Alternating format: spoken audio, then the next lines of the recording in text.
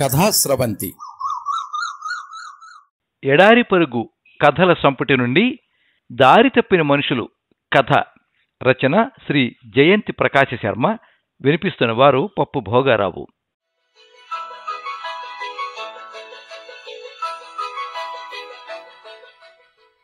మా బాస్ సామాజిక స్పృహ ఉన్నవాడు. పొగడమో తెలియదు, ఎత్తి పొడుపో తెలియదు, గాని నా గురించి నా ముందు వెనకాల అలా అనుకోవడం మా ఆఫీసులో రివాజు.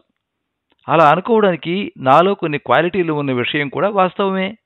అమ్మాయి పెళ్లి చేయాలి, కొంచెం సహాయం చేయండి సార్ అను, అబ్బాయి చదువుకు కాస్త సహాయం చేయండి బాబు అను, లేదా సహాయం చేయమని మా ఆఫీస్కి వచ్చి పరువుగా అడుక్కునే వాళ్ళకి నేను స్వయంగా అందరి దగ్గరికి వెళ్ళి డబ్బులు కలెక్ట్ చేసి ఇస్తూ ఉంటాను. ఇదో కారణం వలన నన్ను అలా అనుకోవచ్చు. అలాగే ఆర్థికంగా సాంఘికంగా వెనకబడ్డ వెంకట్రావుకి ప్రమోషన్ ఇప్పించాను. ఇది కూడా ఓ కారణమే. ఏదైతేనే మొత్తానికి నేను సామాజిక స్పృహ ఉన్న మనిషిననే గుర్తింపు వచ్చింది. అయితే ఈ సామాజిక స్పృహలో అప్పుడప్పుడు ఇంట్లో పని మనిషికి, చాకలి పిల్లకు, వాళ్ల అవసరానికి ఏదైనా సహాయం నేను నిష్కల్మషంగా చేస్తే మా ఆవిడతో భేదాభిప్రాయాలు చిటపటలు వస్తూ ఉంటాయి. అయితే అవి తాత్కాలికం. అంచేత నా నడవడికలో గాని దృక్పథంలో గాని మార్పు రాలేదు. మార్చుకోవాల్సిన అవసరం కూడా రాలేదు. ఈ సమాజంలో బ్రతుకుతున్నందుకు సాటి మనిషి కష్టాల్లో ఉన్నప్పుడు మనకి చేతనైనంత సహాయం చేయడం మన విధి అనేదే నా సిద్ధాంతం. ఆ రోజు ఆఫీస్ అవగానే యథావిధిగా ఇంటి ముఖం పట్టాను. మా ఆఫీస్కి ఇంటికి దూరం సరిగ్గా ఓ చిన్న సైజు కొండ ఎగువకు దిగువకు ఉన్నంత దూరం ఉంటుంది. అంటే మా ఇల్లు కొండ మీద ఉందని కాదు, మా ఊరు ప్రత్యేకత అది. రెండింటికి దూరం తక్కువైనా సరే ఎత్తుగా ఉండడం మూలంగా దూరం ఎక్కువలా కనపడుతుంది. అంతెందుకు, మా ఇంటి దగ్గర జారుడు బల్ల మాదిరిగా జారితే మా ఆఫీసులో సరిగ్గా పడగలం. ఆ ఎత్తులో రిక్షా ఎక్కి వెళ్లటం అంటే నాకెందుకో చిరాకు. అప్పుడు రిక్షావాడు పడే అవస్థను నేను చూడలేను. రిక్షా దిగి డబ్బులు ఇచ్చేసి అతని వెనక్కి తిప్పి పంపివేసిన సందర్భాలు చాలా ఉన్నాయి. ఏదో ఆలోచిస్తూ నడుస్తున్న నేను అప్రయత్నంగా రోడ్డు మీద మనిషి లాగుతున్న బండిని చూశాను.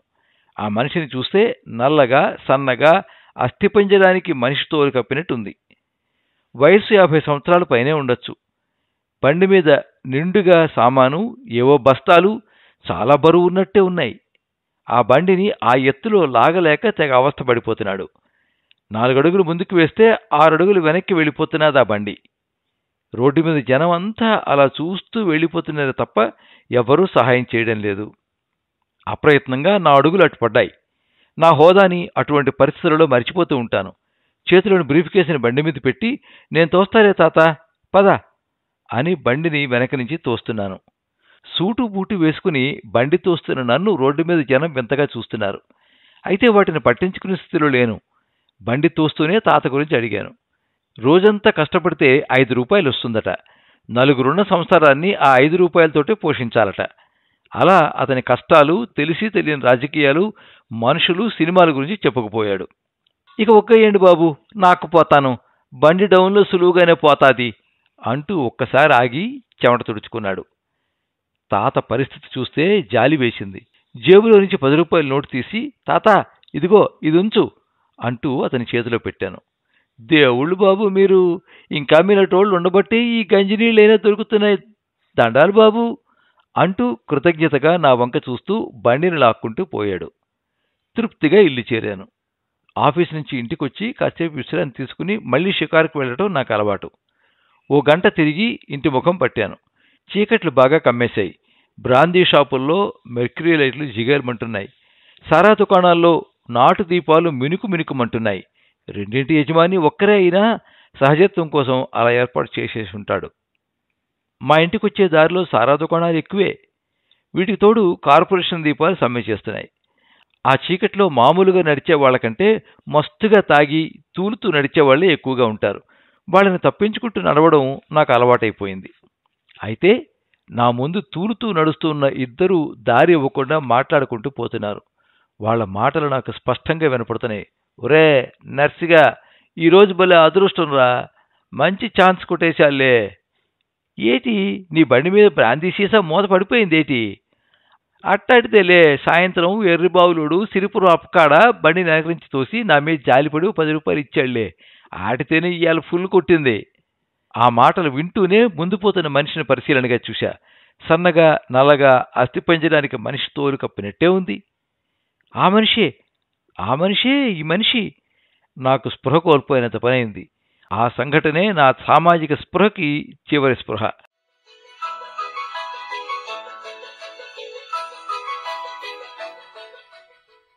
మీరింతవరకు దారి తప్పిన పెద్ద మనుషులు కథ విన్నారు. రచన శ్రీ జయంత్ ప్రకాశ శర్మ. వినిపించిన వారు పప్పు భోగారావు. ఈ కథ ముత్యాల స్వరం వార్తాపత్రిక 1984 సంవత్సరం సెప్టెంబర్ 29వ తేదీ సంచికలో ప్రచురించబడింది. ఈ కథ మీద మీ అమూల్యమైన అభిప్రాయాన్ని కింద కామెంట్ బాక్స్లో రాయండి. ఈ వీడియోని లైక్ చేయండి, మీ మిత్రులందరికీ షేర్ చేయండి. ఇలాంటి మరిన్ని మంచి కథలు వినిపించడానికి ఈ ఛానల్ని సబ్స్క్రైబ్ చేసుకోండి. పక్కనే ఉండే బెల్ ఐకాన్ని క్లిక్ చేస్తే ఇలా అప్లోడ్ చేసే వీడియోల వివరాలన్నీ కూడా మీకు ఎప్పటికప్పుడు నోటిఫికేషన్ ద్వారా తెలుస్తాయి. ఎప్పుడు మీ అభిమానాన్ని కోరుకునే పప్పు భోగారావు. సర్వే జనాః సుఖినో భవంతు. కథా స్రవంతి.